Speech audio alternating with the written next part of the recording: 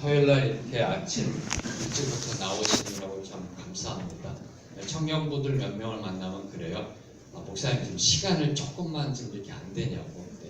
너무 힘들다는 거 8시 반이에요. 청년들은.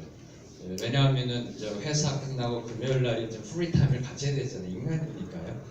그러다 보면 토요일날 못 나오는 거예요. 마음은 있는데. 근데 감사하게도 하나님은 이렇게 노화가 진행되어짐 속에 잠을 줄여주시고 아침에 또 일찍 깨게 만드시고 그래서 저희가 이렇게 예배 나오시게 돼서 너무 감사합니다. 한번 여러분이 지을 수 있는 가장 큰 기쁨의 미소를 한번 지어보세요. 기쁨의 미소. 역시 어색하시군요. 자, 두 팔을 하나님께 영광 올려드리세요. 두 팔 한번 쭉 영광. 여러분의 마음을 담아 하나님 영광 받아 주시옵소서. 십자가 영광 받아 주시옵소서. 자, 왼손을 왼밤에 대고 여호와로 인해 기뻐하고 오른손을 오른밤에 대며 하나님으로 인해 즐거워하자. 옆에 계신 분 보고 인사합니다. 나 예뻐? 네. 바로 그 기쁨, 그 웃음, 네. 그 기쁨. 바로 이것이 성도가 누리는 기쁨. 하나님 나라의 마지막 세 번째 특징, 사도 바울이 로마서 14장 17절에 선포한 성령 안에서의 기쁨입니다. 하나님의 나라는 의, 평화, 기쁨. 저희가 은혜를 받았고요. 평화에 대해서 은혜를 받았고요. 이게 이제 한 달에 한 번씩 하다 보니까 충분히 이해합니다. 아마 망각의 은혜 속에 이렇게. 그래서 우리 감사하게도 저희 공동체 우리 집사님 한 분이 다 정리하고 계세요. 그래서 정리가 되면 한번 인쇄물로 해서 이렇게 나눠드리겠습니다. 왜냐하면 이라세의 초심은 하나님의 나라니까. 하나님의 나라니까. 그래서 이 성령 안에서의 기쁨. 이 기쁨이라는 이 단어, 번역된 헬라어 단어는 카라입니다. 카라. 네. 카라에서 나오는 게 카리스, 은혜. 그래서 카라인데요. 카라. 이 카라란 뜻은 행복한 환희, 즐거움이란 뜻입니다. 이 어떤 감정적뿐만 아니라 전 인격적인 즐거움으로 나아가는, 특별히 로마서 14장 17절에서 사도 바울이 이야기하고 있는 기쁨은 어떤 단순한 일시적인 기쁨이 아니라 주체할 수 없을 정도로 흘러넘치는 기쁨의 풍성함을 의미합니다. 주체할 수 없을 정도로 그냥 가만히 있는데도 기쁨이 흘러넘치는. 조금 아까 여러분이 여기 하슬 하면서 옆에 계신 분에게 나 예뻐할 때 그냥 나오는 그 웃음과 그 기쁨이 그냥 계속해서 이어지는 겁니다. 계속해서. 바로 그것이 성령 안에서의 기쁨이라고 사도 바울은 선포하고 있는 겁니다. 이 헬라어 카라라는 단어, 사도 바울이 사용한 이 기쁨이라는 단어를 다른 사도 바울의 서신서를 보면 놀라운 사실이 발견됩니다. 바로 이 기쁨은 핍박, 고난, 환난, 박해, 어려움, 절망 속에서도 주어지는 것으로 증거되고 있다는 겁니다. 다시 정리합니다. 사도 바울이 지금 로마서 14장 17절에 하나님의 나라는 성령 안에서의 기쁨입니다. 그 기쁨이란 동일한 단어를 환난 속에서도, 고난 속에서도, 핍박 속에서도, 절망 속에서도 주어지는, 느끼는, 경험하는, 고백하는 기쁨이다라고 사도 바울은 증거하고 있습니다. 무슨 의미일까요? 성경이 이야기하는 하나님 나라 안에서 누리는 기쁨은 세상적 기쁨이 아니라는 겁니다. 인간적 기쁨이 아니라는 겁니다. 저 하늘로부터 주어지는 기쁨, 땅 차원에서의 기쁨이 아닌 하늘 차원에서의 기쁨인 것을 사도 바울은 이야기하고 있는 겁니다. 바로 이 하늘 차원의 기쁨, 세상이 경험해보지 못하는 기쁨, 세상이 이해할 수 없는 기쁨, 바로 그 기쁨이 2000년 전에 이 땅에 선포됐습니다. 그 하늘의 기쁨이 2000년 전에 선포된 말씀이 바로 누가복음 2장 10절에서 11절 오늘 본문 말씀입니다. 다시 한번 오늘 본문 말씀 누가복음 2장 10절과 11절 말씀 함께 읽겠습니다. 시작. 천사가 말했습니다. 두려워하지 마라. 와라, 내가 모든 백성에게 큰 기쁨 이를 좋은 소식을 너희에게 알려주리라. 구주이신 주 그리스도가 다윗의 동네에 태어나셨다. 하늘의 기쁨이 이 땅에 선포된 것은 하나님의 아들이신 예수 그리스도가 이 땅에 오셨다는 크고 좋은 기쁨의 소식이었던 것입니다. 바로 이 기쁨의 좋은 소식, 이 기쁨은 하늘의 기쁨이 그리스도가 이 땅에 오심으로 선포된 그 기쁨은 오늘도 동일하게 계속해서 인류 역사 속에 선포되고 진행으로 나아가고 있다는 겁니다. 자, 그러면 이 하늘의 기쁨, 2000년 전에 예수 그리스도가 오심으로 선포된 그 하늘의 기쁨, 하나님의 기쁨, 이 하나님의 기쁨의 흐름을 저희들이 보면서 하나님 나라 안에서의 기쁨이 무엇인지를 오늘 저희가 은혜 받도록 하겠습니다. 이 기쁨의 출발은 하늘이라는 겁니다. 이 기쁨의 출발은 하나님이라는 겁니다. 진정한 기쁨, 세상적 인간적 기쁨이 아니라요. 참된 기쁨, 진정한 기쁨의 출발점은 하나님, 하늘로부터 주어지는 기쁨이고 그 기쁨이 이제 예수 그리스도를 향한 기쁨으로 선포가 됩니다. 성경을 보면 하나님의 기쁨이, 하늘의 기쁨이 이제 시작되는 그 출발점은 예수 그리스도를 향한 그 기쁨으로 표현됩니다. 특별히 성경을 보면요. 그 하늘의 기쁨, 하나님의 기쁨이 선포된 것이 뚜렷하게 나타나는 것이 그리스도를 향한 기쁨으로 뚜렷하게 나타나는 것이 세례 사건과 변화산 사건입니다. 예수님이 세례 받으실 때, 예수님이 변화하실 때 하늘에서 이렇게 선포합니다. 이는 내가 사랑하는 자요 기뻐하는 자다. 하나님의 기쁨, 그 하늘의 기쁨은 그리스도를 향한 기쁨이었다는 겁니다. 하나님의 아들이신 그 그리스도를 향한 기쁨이었고요. 특별히 예수님이 세례 요한에게 세례를 받으실 때 하나님은 이는 내 사랑하는 아들이요 내 기뻐하는 자라라고 공개적으로 선언하셨습니다. 그러면 아무 죄 없으신 예수님이 죄인인 우리 인간들이나 받는 그 세례, 회개의 세례, 그 세례를 받으실 때 하나님은 예수님을 막지 않으셨습니다. 그거 받으면 안 돼. 네가 왜 그걸 받느라고 하지 않으셨고요. 그리고 세례 받게 두셨습니다. 그리고 기뻐하셨다는 겁니다. 기뻐하셨다는 겁니다. 그럼 왜 예수님은 세례를 받으셔야 했는가요? 세례는, 물 세례는 죄인이 받는 회개의 세례입니다. 죄에 대해서 죽고 다시 그리스도와 연합함으로 살아나는 것을 표현하는 게 세례입니다. 그래서 헬라어로 바티조라는 단어 뜻은 한마디로 익사하다는 뜻입니다. 익사하다. 죽는다는 뜻입니다. 죄에 대해서 죽고 물 안에 들어가므로 죽고 다시 나옴으로 새 생명으로 나오는 것을 선포하는 게 물 세례의 그 의미입니다. 죄가 없으신 예수님이 이 물 세례를 받으실 필요도 없고 이유도 없었던 것인데 왜 예수님은 이 물 세례를 세례 요한으로부터 받으셨던 것일까요?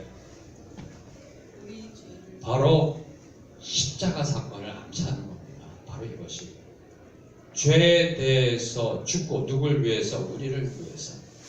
그리고 그 죽음에서 부활하실 것을 미리 보여주신 것이 세례 사건입니다. 다시 정리합니다. 죄가 없으신 그분이 죄에 대해서 죽으셨습니다. 죄가 없으신 그분이 죄에 대해서 죽으셨습니다. What for? 우리 죄를 대속하기 위하여. 그리고 거기서 끝나는 것이 아니라 세례는 다시 물 밖으로 나옵니다. 죽음을 이기고 승리하시는 부활을 예시하는 것이 바로 세례 사건이고요. 바로 이 세례 사건은 3년 뒤에 십자가 사건을 암시하고 있는 겁니다. 예수 그리스도께서는 하나님의 구속 역사를 이루시기 위해 죄가 없으시지만 우리를 위하여 십자가에 못 박혀 돌아가신 겁니다. 물 세례를 받으시고 3년 뒤에 십자가에 달려 죽으셨던 것입니다. 저희가 이미 한 달 전에 평화를, 하나님의 나라는 평화이다를 볼 때 이미 살펴보았듯이 바로 이 십자가에서 죽으심으로 예수님은 하나님의 샬롬, 평화를 이루었고요. 그리고 이 평화를 이룸으로 저와 여러분이 하나님과의 관계가 회복되어지는 화목의 은혜를 받았음을 사도 바울은 선포했고 저희들은 한 달 전에 말씀의 은혜를 받았습니다. 물론 망각하셨겠지만 그래서 다시 한번 말씀 읽도록 하겠습니다. 골로새서 1장 20절 말씀이요. 골로새서 1장 20절 말씀 함께 읽겠습니다. 시작. 그의 십자가의 피로 화평을 이루사 마음을 울고 땅에 있는 것들이나 하늘에 있는 것들로 말미암아 자기와 함께 되기를 기뻐하시라. 하나님은 그의 아들 예수 그리스도가 이 땅에 오실 때 내려오실 때 신이 인간이 될 때 만류하지 않으셨습니다. 스스로 내려오실 때 그리고 스스로 십자가를 지시고 죽으실 때 하나님은 만류하거나 반대하지 않으셨습니다. 그리고 예수님이 십자가의 피로 평화를 이루고 하나님 자기와 모든 것이 화목하게 될 때 하나님은 기뻐하셨다라고. 하나님은 기뻐하셨다라고 성경은 기록하고 있습니다. 바로 이 하나님의 기쁨은 인간적 기쁨이 아닙니다. 자기 아들을 십자가에 못 박은 기쁨입니다. 십자가에 자기 사랑하는 독생자를 못 박은 기쁨. 그 깊이가 얼마나 깊을까요? 이 기쁨은? 이 기쁨의 숭고함은 얼마나 넓을까요? 단순한 기쁨이 아니라는 겁니다. 이 하나님이 여기서 기뻐하셨다는 것은 자기 아들을 십자가에 못 박음으로 주어진 기쁨이라는 겁니다. 이 깊은 기쁨, 하나님의 사랑이 표현되는 이 기쁨 앞에 저희들은 겸손히 무릎 꿇고 감사와 찬양을 올려드려야 될 줄로 믿습니다. 이 하나님의 기쁨은요, 이 하나님의 기쁨은 그냥 단순한 기쁨입니다. 인간의 언어로 표현할 수 없는 기쁨입니다. 십자가로 인해 주어진 기쁨이기 때문에, 십자가로 인해 주어진 그 하나님의 기쁨이기 때문에. 근데 이 그리스도를 향한 기쁨, 세례 사건, 변화산 사건 또는 십자가 사건을 향해서 하나님의 기쁨이 표현됐는데, 이 그리스도를 향한 기쁨은 신약에 들어와서 예수라는 유대 청년이 태어나고 그리고 그 예수라는 유대 청년을 향해서 그 인간을 향해서 선포된 게 아니라는 겁니다. 이미 오래전에 성경은 그리스도가 오실 거고 그리고 그 그리스도를 향한 하나님의 기쁨이 선포될 것을 예언하고 있다는 겁니다. 오늘 잘 쫓아오셔야 돼요. 오늘 한 10개 추가 본문을 보는데요. 제가 이제 이거를 이렇게 한 이유가 그냥 설교도 할 수 있었는데 저희 첫 주가 말씀 속으로잖아요. 그리고 말씀 자체가 본질이고 말씀이 능력입니다. 설교나 강의는 수단이에요. 그래서 여러분이 말씀마다 여러분에게 주시는 또 다른 은혜가 있으리라 믿습니다. 그래서 말씀을 잘 읽으셔야 돼요. 자, 이사야 42장 1절 말씀. 자, 이사야 42장 1절 말씀. 이 말씀이 다 세례 사건, 변화산 사건 때 인용된 말씀입니다. 자, 함께 읽겠습니다. 시작. 내가 붙드는 나의 종, 내 마음에 기뻐하는 자, 곧 내가 택한 사람을 보라. 내가 나의 영을 그에게 주었은즉 그가 나의 정의를 베푸리라. 내가 붙드는 나의 종, 하나님의 메시아, 앞으로 오실 그리스도. 네, 이사야 42장, 49장, 50장, 53장은 여호와의 종의 사역에 대해서 참고로 여러분이 그렇게 알고 계시면 되는데요. 내 마음에 기뻐하는 자, 하나님이 기뻐하는 메시아. 그가 이 땅에 올 것이다. 내가 나의 영을, 성령을 그에게 임하게 해서, 즉 메시아라는 뜻입니다. 성령으로 기름 부었다. 그가 이방에 정의를 베풀 것이다. 이 부분을 기억하셔야 돼요. 이따가 설교 마지막에 다시 돌아올 겁니다. 하나님은 메시아를 기뻐하셨어요. 메시아가 이 땅에 오신 걸 기뻐하셨습니다. 그리고 그 메시아가 무엇을 하게 했나요? 이 땅에, 이방 땅에, 유대인을 넘어 온 세상에 하나님의 정의를 세우는 것. 그리고 여러분이 이제 이사야 42장부터 쭉 읽어 나아가면 정의를 세우고 그 다음에 하나님의 의를 세운다라고 되어 있습니다. 그래서 저희가 2달 전에 보았듯이 하나님의 의, 정의와 은혜, 바로 그 하나님의 의, righteousness, 그 하나님의 의를 세웁니다. 누가요? 하나님의 기뻐하시는 그리스도가 이 땅에 오심으로 하나님의 의를 세우게 될 것이다 라고 예언이 되어 있습니다. 이 부분을 꼭 기억하세요. 하나님은 메시아가 이 땅에 오심을 기뻐하셨다. 그 메시아는 하나님의 의를 이 땅에 선포하셨다. 예수 그리스도가 드디어 이 땅에 오셨습니다. 2000년 전에. 예수 그리스도가 이 땅에 오심으로 그 하나님의 기쁨, 하늘의 기쁨, 그리스도를 향한 하늘의 기쁨, 하나님의 기쁨이 드디어 저와 여러분을 향한 기쁨으로 확장되었습니다. 예수님을 통해 그 하늘의 기쁨이 저와 여러분을 향해서 또 선포되고 베풀어지고 저와 여러분도 그 기쁨을 누리는 축복을 받게 된 것입니다. 요한복음 15장 10절과 11절 말씀 함께 읽겠습니다. 시작. 내가 아버지의 계명을 지키고 그의 사랑 안에 거하는 것 같이 너희도 내 계명을 지키면 내 사랑 안에 거하리라. 내가 이것을 너희에게 이루면 내 기쁨이 너희 안에 있어 너희 기쁨을 충만하게 하려 합니다. 밑에 11절 말씀을 보면은 내 기쁨이, 예수님의 기쁨이 너희 안에 있어, 우리 안에 있어 우리의 기쁨이 충만해진다. 충만해진다. 네. 예수님의 기쁨이 우리 안에 들어오면 우리의 기쁨은 충만해진다.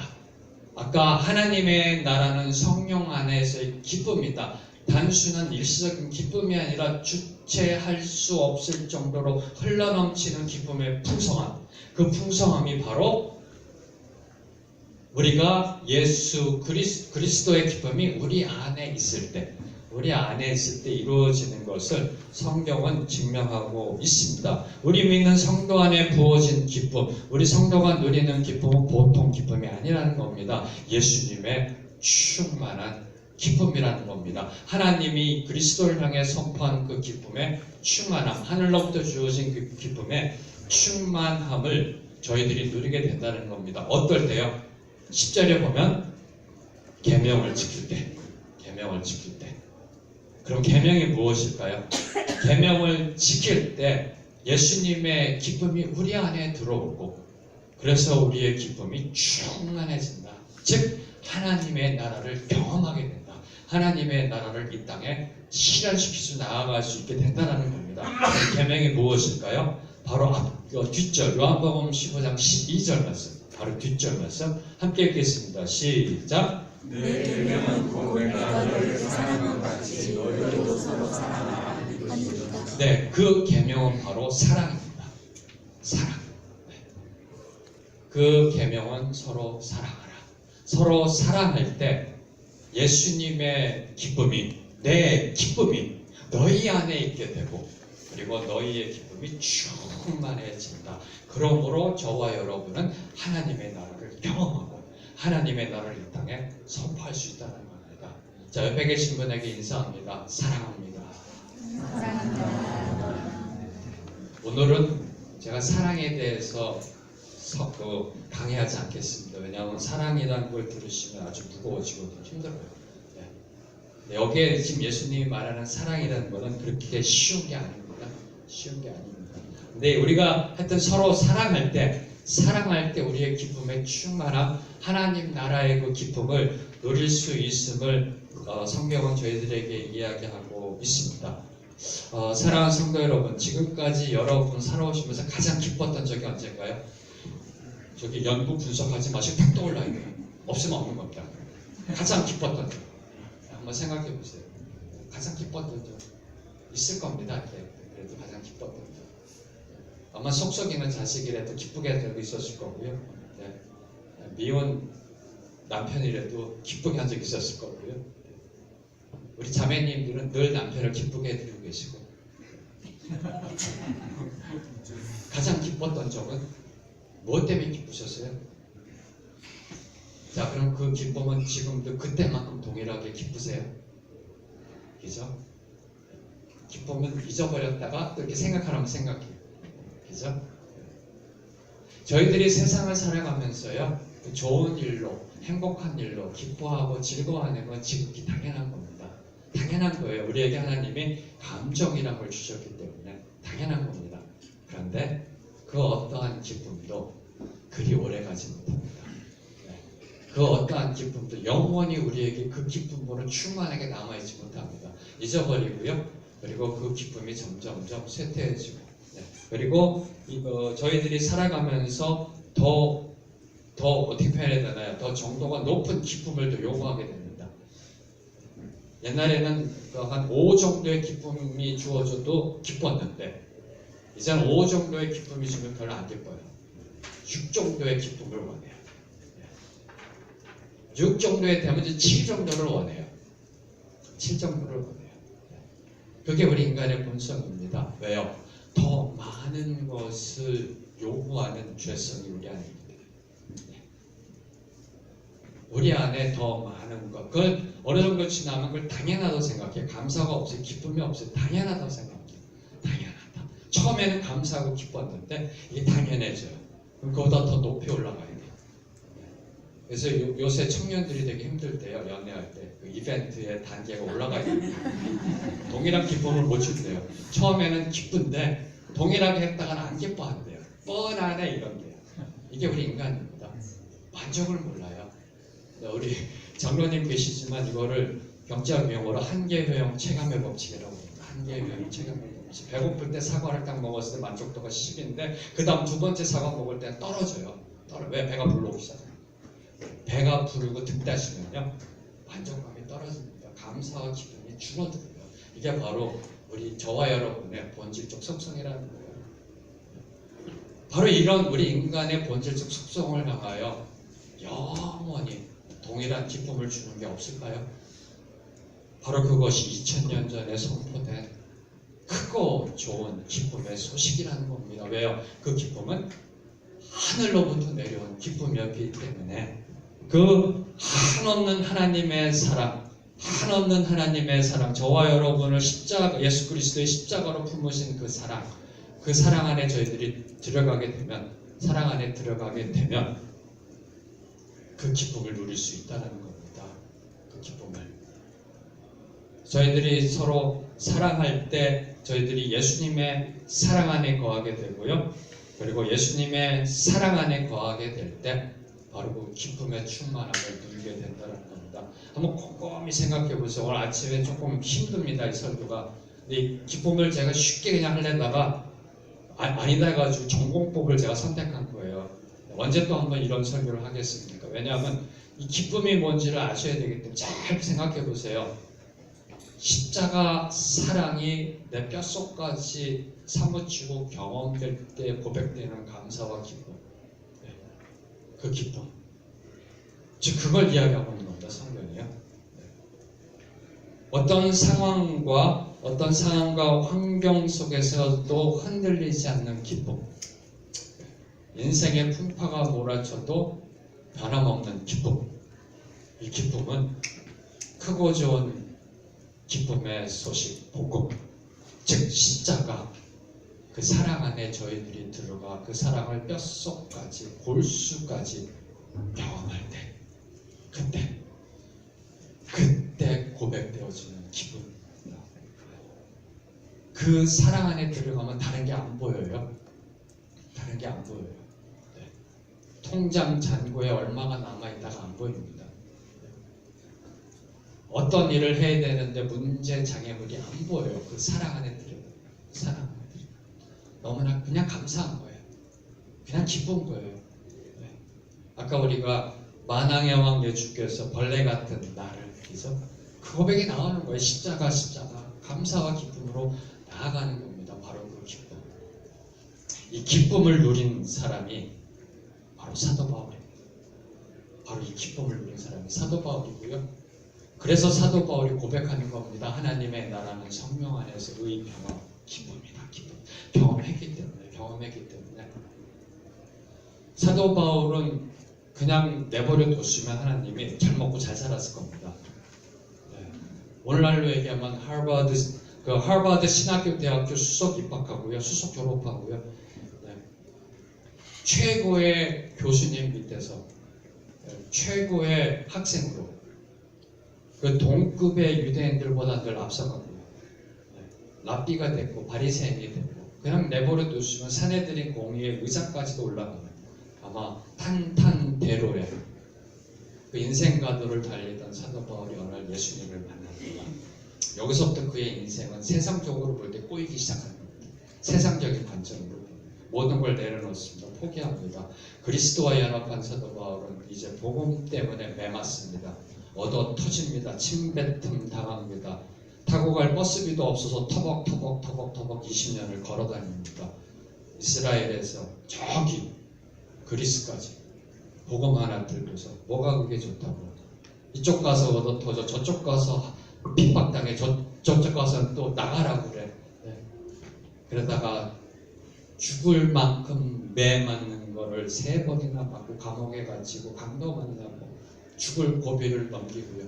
빌립보 교회 가서는 그 귀신 들린 소녀를 고쳤다가 얻어 터지고 감옥에 갇혀요. 로마 시민이라고 한마디 했으면 안 돼, 괜찮았을 텐데. 감옥에 가자마자 뭐합니까? 찬양하고 기뻐했다고 했어요. 고문 당하고 피가 줄줄줄 흐르면서 앉아가지고 신라와 함께 찬양하고 기뻐하고 찬양하고 기뻐하라. 왜요? 기쁨이 무엇인지를 알았기 때문에. 기쁨이 무엇인지 알았기 때문에. 그래서 사도 바울은 그 어떤 상황과 환경 속에서도 고난과 핍박과 절망 속에서도 저와 여러분에게 이렇게 선포합니다. 주 안에서 기뻐하라. 빌립보서 4장 4절. 주 안에서 기뻐하라고 사도 바울은 이야기하는 겁니다. 사도 바울이 쓴 편지에 있는 내용들은 학자적 가르침이 아니고요. 사도 바울의 경험된 고백의 간증입니다. 그래서 단어 하나하나가요 파워가 있는 거고요. 저와 여러분에게 권위가 있는 거고 영향을 주는 겁니다. 저희들이 이렇게 교회에서 사역하다 어떨 때 이제 아울리치를 가고 뭐 해외를 가고 특별히 이제 강원도를 가고 이렇게 가실 때요. 저는 이제 개인적으로 쭉 가다가 정말 하나님이 만드신 자연이 아름답다라고 느낄 때가 있습니다. 그게 이제 언제냐면은 남산을 보는 게 아니라 설악산이나 이런 어떤 산세가 깊이 아름답게 이렇게 그 절경들이라고 하잖아요. 산의 절경 이렇게 남산 보고 와 절경이다 하시는 분은 없어요, 그죠? 그래서 이렇게 강원도나 아니면은 저기 그 그리스의 메테오라나 아니면 뭐 이런 데 가서 보면요, 이제 단순하게 평평한 게 없어요. 산세가 깊고 올라가고 뾰족하고 내려갔다 막 이래요.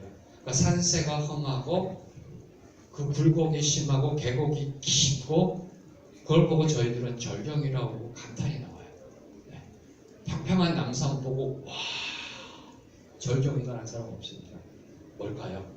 인생의 고난과 위기와 절망과 낙심과 환난이라는 그 인생의 험한 굴곡이 깊으면 깊을수록 그 인생은 절경으로 만들어져 가고 있다는 겁니다. 그 인생의 깊은 굴곡 속에 던지는 그 기쁨이 바로 그 절경의 아름다움을 마침하는 방점이라는 겁니다. 바로 그것을 보여준 게 사도 바울이라는 겁니다.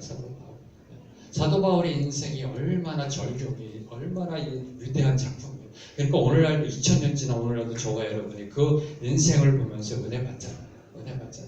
네. 바로 그 기쁨의 가치는 인생의 깊은 계곡 속에서 드러나게 하는 겁니다. 자, 그러면은 무엇이 바울로 하여금 항상 기뻐하게 만들었을까요? 무엇이요? 십자가죠. 바울이 이렇게 고백합니다. 고린도전서 15장 10절에 이렇게 고백합니다. 나의 나된 것은 모두 다 하나님의 은혜이다. 이겁니다. 무엇이 바울로 하여금 기쁘게 만들었는가? 나의 나된 것은 모두 다 하나님의 은혜이다. 따라하겠습니다. 나의 나된 것은 모두 다 하나님의 은혜이다. 모두 다 하나님의 은혜. 여기에서 두 가지의 깨달음이 있습니다. 첫 번째는 성도의 기쁨 충만, 저와 여러분의 기쁨 충만은 여호와의 은혜로 주어진 것이다. 네. 그 기쁨 충만은 하나님의 은혜로 주어진 것이다. 시편 90편 14절 말씀이요. 시편 90편 14절 말씀 함께 읽겠습니다. 시작. 아침에 주의 인자하심이 우리를 만족하게 하사 우리를 세포하는 즐겁고 기쁘게 하소서. 네, 읽으신 분들 이대로 이루어질지어다. 아멘. 안 읽으신 분들도 이대로 이루어질지어다. 놀라운 고백입니다. 시편 기자도 사도 바울처럼 고백 경험한 거예요. 아침마다 주의 은혜가 나를 충만히 덮으소서. 네, 주의 인자가 은혜입니다. 은혜로 나를 덮어서서 아침마다 새롭게 그 은혜의 풍성함으로 덮어주옵소서. 그래야 내가 기쁘게 살 수 있습니다. 이 고백입니다.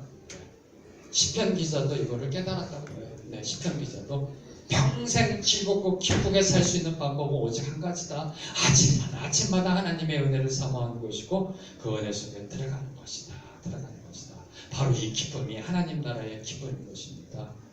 두 번째 저희들이 깨달음, 나의 나 된 것은 모두 다 하나님의 은혜이다의 사도 바울의 고백 속에 보여준 그의 인생의 기쁨 충만. 첫째, 여호와로 인해 여호와의 은혜로 기쁨은 주어진다. 둘째, 그 하나님의 은혜로 부어주시는 기쁨은 이 세상의 그 어떤 기쁨과 감히 비교할 수 없는 절대적 큰 기쁨이라는 겁니다.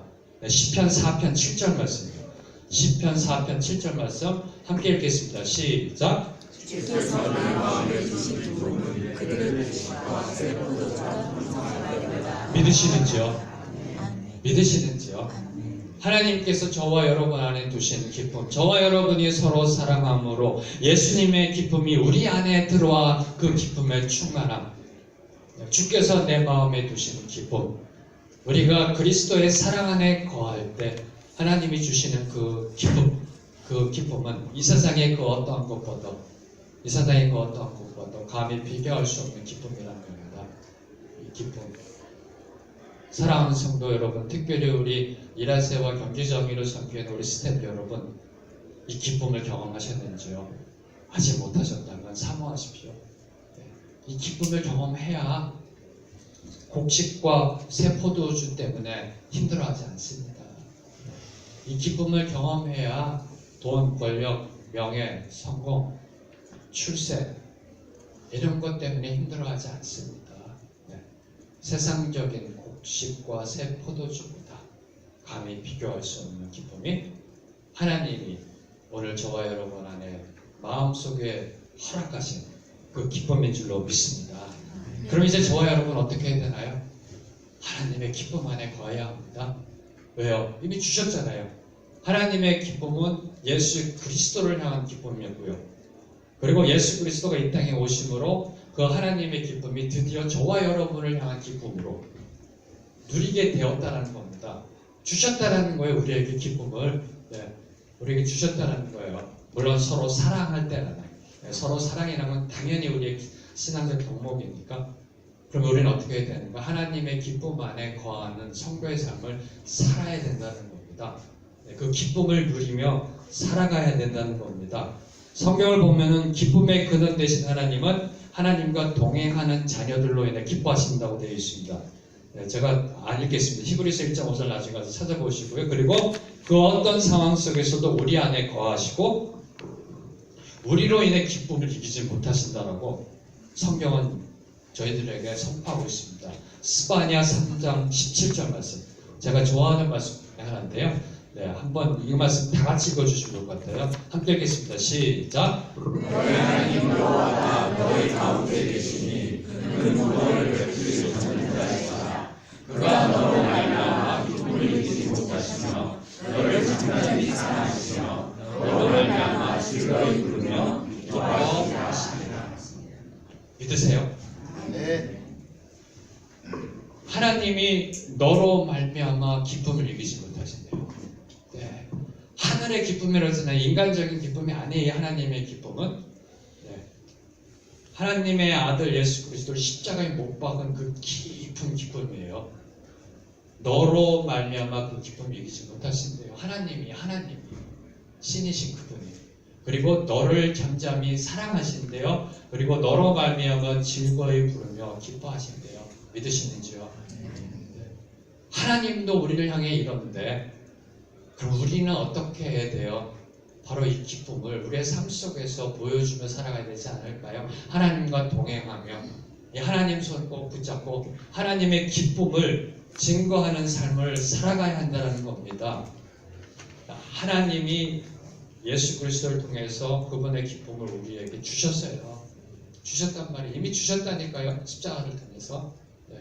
이제 우리 몫이라는 겁니다. 우리 몫. 그래서 하나님을 이제 기쁘시게 만드는 삶을 살아야 돼요. 하나님의 기쁨 안에 거하면서 그분을 기쁘시게 만드는 삶을 살아야 돼요. 하나님을 어떻게 하면 기쁘시게 만들까요?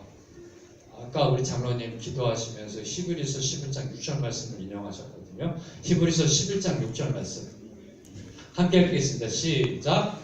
믿음이 없이는 하나님을 기쁘시게 하지 못하나니 하나님께 나아가는 자는 반드시 그가 계신 것과 또한 그가 자기를 찾는 자들에게 상 주시는 이심을 기대할지니라. 믿음이 없이는 하나님을 기쁘시게 하지 못한다. 하나님을 기쁘시게 하면 딱 하나, 믿음입니다. 믿음.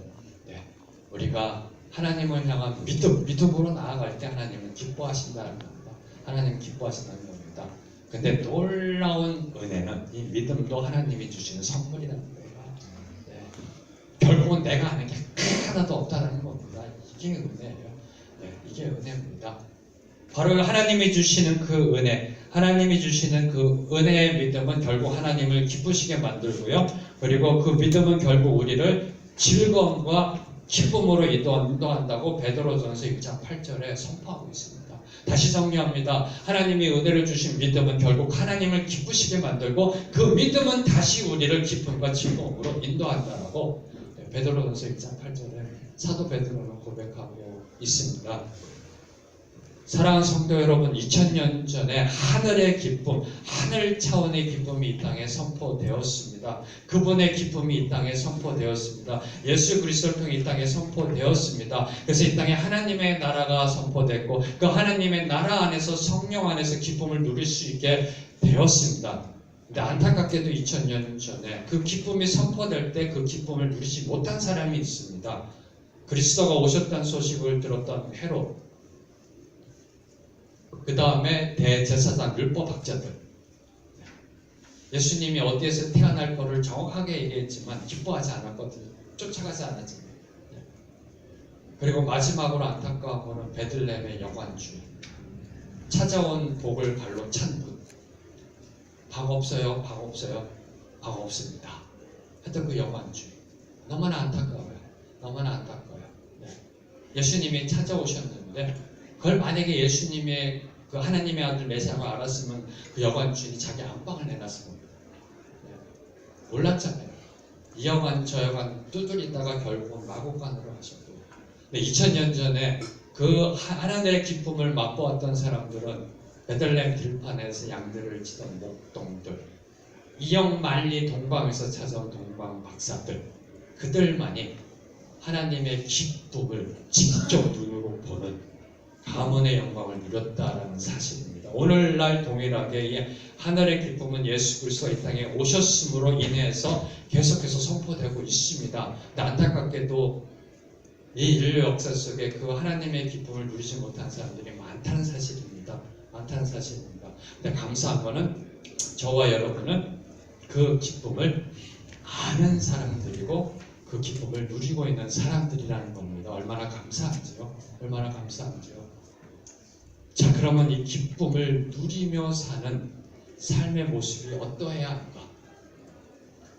하나님의 기쁨을 내 마음속에, 내 삶 속에 누리며 사는 삶의 모습은 어떤 모습이 되어야 되는가? 성경에는 여러 가지의 가르침이 있는데 저는 딱 두 가지만 함께 은혜 받고 마치려고 합니다. 한 10가지 이야기하면 여러분들이 집중력을 잃어버리실 것 같아서요. 딱 두 가지만. 하나님의 기쁨 안에 거하며 기쁨을 누리며 사는 삶의 모습은 과연 어떤 모습인가? 네. 처음에 제가 말씀드렸죠. 하나님이 기쁨의 시작은 그리스도를 향한 기쁨으로 출발한다라고요. 그때 이사야 42장 1절의 말씀을 기억하시라고 그랬잖아요. 하나님의 기뻐하심은 메시아가 이 땅에 의를 세우는 것이 연결된다라고, 이 부분을 잘 기억하셔야 돼요. 그래서 하나님의 기쁨 만만히 거하는 사람, 바로 저와 여러분의 삶의 모습은 어떻게 되는가? 두 성경 구절을 보고 저희들이 은혜 받으려고 합니다. 이사야 61장 10절 말씀. 자, 저희들이 처음에 시작할 때 했던 겁니다. 그죠? 여기 하절. 함께 읽겠습니다. 시작. 내가 여호와로 말미암아 크게 기뻐하며 내 영혼이 나의 하나님으로 말미암아 즐거워하리니 이는 그가 구원의 옷을 내게 입히시며 공의의 겉옷을 내게 더하시니 신랑이 사모를 쓰며 신부가 자기 옷으로 맞게 하셨습니다. 네. 여호와로 말미암아 크게 기뻐하고 여기하즉 여호와로 인해 기뻐하고 하나님으로 인해 즐거워하자. 바로 성령 안에서의 하나님 기쁨, 하나님 나라 안에서 누리는 기쁨을 누려라. 그래서 그런 누리는 삶의 모습이 어떻게 되어 있어요? 공의의 겉옷을 입혀주신다. 신랑이 사모를 쓰며 신부가 자기 보석으로 단정함과 같다. 그리스도의 신부가 되는. 근데 여기서 여러분이 기억하셔야 될 것은 공의의 옷을 입고 이 땅에 그 공의를 보여줘야 되는. 겉옷이라는 것은 보여주는 걸 이야기하는 겁니다. 세상에 보이라는 겁니다. 하나님의 공의가. 기쁨이 저와 여러분 성도의 삶의 기쁨이 공의로 연결되고 있습니다. 자, 두 번째 성경 말씀은 시편 37편 4절에서 6절. 함께 읽겠습니다. 시작. 여호와를 기뻐하라. 그가 내 마음의 소원을 내게 이루어 주시리로다. 내 길을 여호와께 맡기라. 그를 의지하면 그가 이루시고 내 의를 빛같이 나타내시며 내 공의를 정오의 빛같이 하시리로다. 시편 37편 4절에서 6절에 이렇게 시작합니다. 원어적으로 해석하겠습니다. 여호와 안에서 기뻐하라.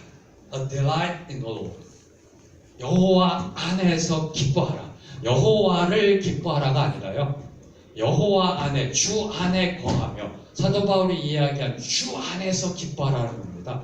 하나님 안에 거하며, 예수 그리스도 안에 거하며, 그분의 임재 안에 거하며, 그분과 연합함으로 기뻐하라. 기뻐하는 삶을 살으라는 겁니다. 바로 사도 바울이 이야기한 성령 안에서 기쁨이라는 단어 같은 뜻입니다. 여호와 안에서 기뻐하라. 그러면 하나님이 저와 여러분의 삶 속에 삶의 비전과 삶의 목표가 불같이 올라오게 만들 것이라는 뜻입니다. 그가 내 마음의 소원을 이루어 주신다는 게 아니고요. 원어적으로 보면 그 소원, 소망, 비전, 꿈, 계획 이런 것들이 막 불같이 올라온다는 거예요. 마음속에 막 올라온다는 거예요. 어떨 때요? 여호와 안에 거하며 그냥 기뻐하는 삶. 그분이 나를 얼마나 사랑하시는지 그게 너무 좋아요. 그냥 기뻐요. 그냥 기뻐. 그냥 너무 기뻐. 그분에 그러면 하나님이 우리의 마음속에 심령 속에 소원, 소망, 꿈과 비전을 막 불같이. 저는 이 말씀 묵상할 때마다 옛날에 한 목사님을 생각해요. 교회를 향해 비전을 선포한 바로 이 모습이 이겁니다. 여호와 안에서 거하시면서 기쁜 삶을 사신 한 목사님에게 하나님이 심령 속에 계속해서 꿈과 비전을 계획을 부어 넣어 주시는 거예요. 주체하실 정도로 선포하시고 나아가시고 바로 4절 말씀. 이루신다는 게 아니에요. 이루신다라고 해서 잘못된 겁니다. 이걸 올라오게 해준다는 거예요. 그때 저희들이 기억해야 될 거, 하나님의 기쁨 안에 거하는 삶 속에 주의해야 될 거. 이거 하나님이 주신 거지. 그럼 이제 내가 해야지가 아니라는 거예요.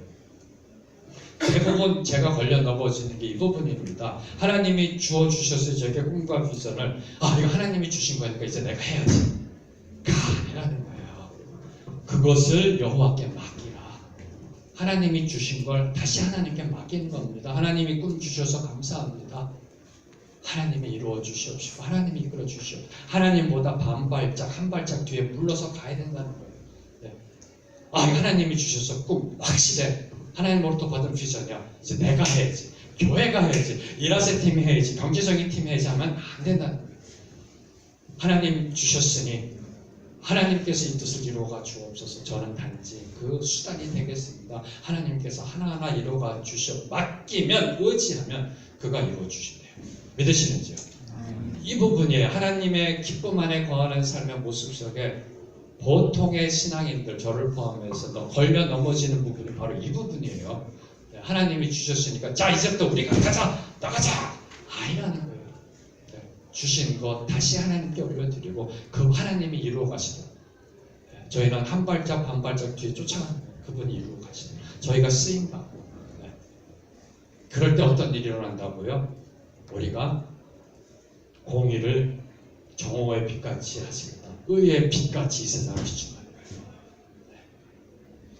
이렇게 비춰주신다는 거예요. 정리하겠습니다. 하나님의 기쁨 안에 거하는 삶, 여호와로 인해 기뻐하고 하나님으로 인해 즐거워하고 그 하나님의 임재 안에 거하며 기뻐하는 삶을 살 때 공의의 겉옷을 입게 되고 그 공의를 정오같이 비추는 삶을 살게 된다는 겁니다. 바로 이 삶은 2800년 전에 선지자 이사야를 통해 하나님이 주시니요, 이는 내 기뻐하는 자라. 그가 온 세상에 나의 의를 세우리라, 베풀이라로 연결되고 있는 겁니다. 뭘 보여줄까요? 의는 기쁨으로, 기쁨은 의로 연결되고 있다는 거예요. 하나님 안에서의 기쁨은 결국 하나님의 의로 나아가고 있다는 겁니다. 잘 쫓아오셨죠? 네. 사도 바울은 이렇게 선포합니다. 하나님의 나라는 성령 안에서의 의, 평화, 기쁨이다. 의, 평화, 기쁨이다. 의는 단순한 정의, justice가 아니라 righteousness, justice plus grace. 하나님의 정의와 하나님의 은혜가 들어가 있는, 바로 그 의다. 근데 그 의를 이루시기 위해서 예수 그리스도가 이 땅에 오셔서 십자가를 지셨습니다. 십자가는 justice and grace입니다. 심판과 구원의 축복이 되는 십자가예요. 그 십자가를 통해 뭐가 이루어졌어요? 평화가 이루어졌습니다. 평화가 이루어짐으로 인해 하나님과 우리가 화목된 은혜를 받음으로 하나님이 기뻐하셨고, 그 기쁨은 예수 그리스도를 향한 기쁨이었고, 그 기쁨이 우리에게 주어진 기쁨이었고, 이 기쁨은 다시 하나님의 의를 향해 나아가고, 그 의는 예수 그리스도 십자가의 평화를 이루게 하시고, 그 예수 그리스도의 십자가의 평화를 이룸으로 화목된 관계 앞에 하나님은 기뻐하셨고, 이 하나님의 기쁨은 그의 아들 메시아를 향한 기쁨이었고, 그 기쁨은 우리를 향한, 우리 구원을 향한 기쁨이었고, 우리의 기뻐하는 삶은 다시 하나님의 의를 향해 나아가게 되어 있고, 그 의는 평화를 이루고, 그 평화를 이룬 화목 앞에 하나님은 기뻐하시고. 이해되십니까? 네. 왜 사도 바울이 하나님의 나라는 성령 안에서 의, 평화, 기쁨이라고 이야기했는지, 이게 바로 하나님의 나라입니다. 여기에 중심은 십자가랍니다. 십자가를 이해하시면 의, 평화, 기쁨이, 의, 평화, 기쁨이 서로 연결되어져서 우리의 삶 속에서 온전히 실현되고 증거될 줄로 믿습니다. 이게 바로 하나님의 나라라는 겁니다. 다시 한번 정리합니다. 하나님은 이 땅에 의를 선포하셨습니다. 메시아를 보내 의를 선포하셨습니다. 그 의를 이루기 위해 예수 그리스도가 십자가를 지셨습니다. 그 십자가를 통해 이 땅에 하나님의 평화가 이루어졌습니다. 그 평화는 하나님과의 화목, 그 화목 앞에 하나님은 기뻐하셨습니다. 그 기쁨은 오리지널이 그리스도를 향한 기쁨이었고요. 그리스도가 이 땅에 오심으로 그 기쁨은 저와 여러분을 향한 기쁨으로 축복을 받았습니다. 그 기쁨을 누리는 성도의 삶은 다시 의를 향해 나아가는 거고요. 그 의는 다시 평화와 연결되고, 그 평화는 다시 기쁨으로 연결되고, 그 기쁨은 다시 의를 향해 나아가고, 이게 하나님의 나라라는 겁니다. 의, 평화, 기쁨. 그래서 의, 평화는 하나님의 몫입니다. 의, 평화는 하나님의, 저희는 의를 이룰 수 없습니다. 저희는 감히 평화를 이룰 수 없습니다. 그분만이 십자가에서 의를 이루고 평화를 이루십니다. 근데 저희는 기뻐할 수 있습니다. 기쁨은 바로 저와 여러분의 몫입니다. 저와 여러분이 그리스도 안에서 기뻐할 때 그 기쁨은 의를 나가게 되고요.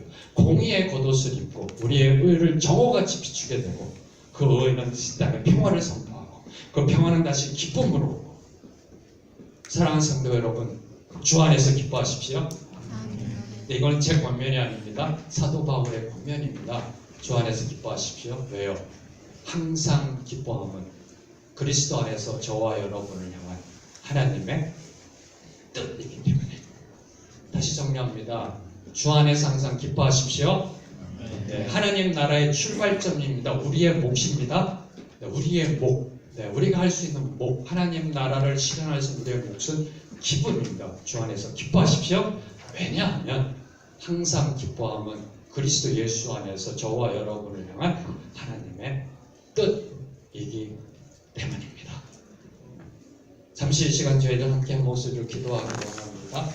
하나님, 바로 이 하나님의 나라가 의, 평화, 기쁨이 나의 일터와 일상 속에 온전히 선포되고 증거되게 하여 주시옵소서. 하나님, 내가 먼저 이 하나님의 나라를 깨닫게 하시고 이 하나님의 나라를 온전히 선포하는 저희들의 삶이 되게 하여 주시옵소서. 그리고 하나님, 그 기쁨, 충만한 기쁨, 주체할 수 없을 정도로 흘러넘치는 예수 그리스도의 기쁨의 풍성함이 우리의 일터 속에 선포하옵소서. 부족하고 어렵고 경제적으로 힘든 우리의 일상 삶 속에 선포되게 하여 주시옵소서. 하나님, 그 하나님의 기쁨이 육체적 질병적 어려움 속에 선포되게 하여 주시옵소서. 하나님, 그 기쁨으로 질병을 이겨내는, 연약함을 이겨내는 승리의 거룩한 수단이 되게 하여 주시옵소서. 하나님, 이 기쁨으로 세상을 바꾸고, 이 기쁨으로 일터를 바꾸고, 이 기쁨으로 우리의 일상을 개혁하는 은혜 허락하여 주시옵소서. 함께한 목소리로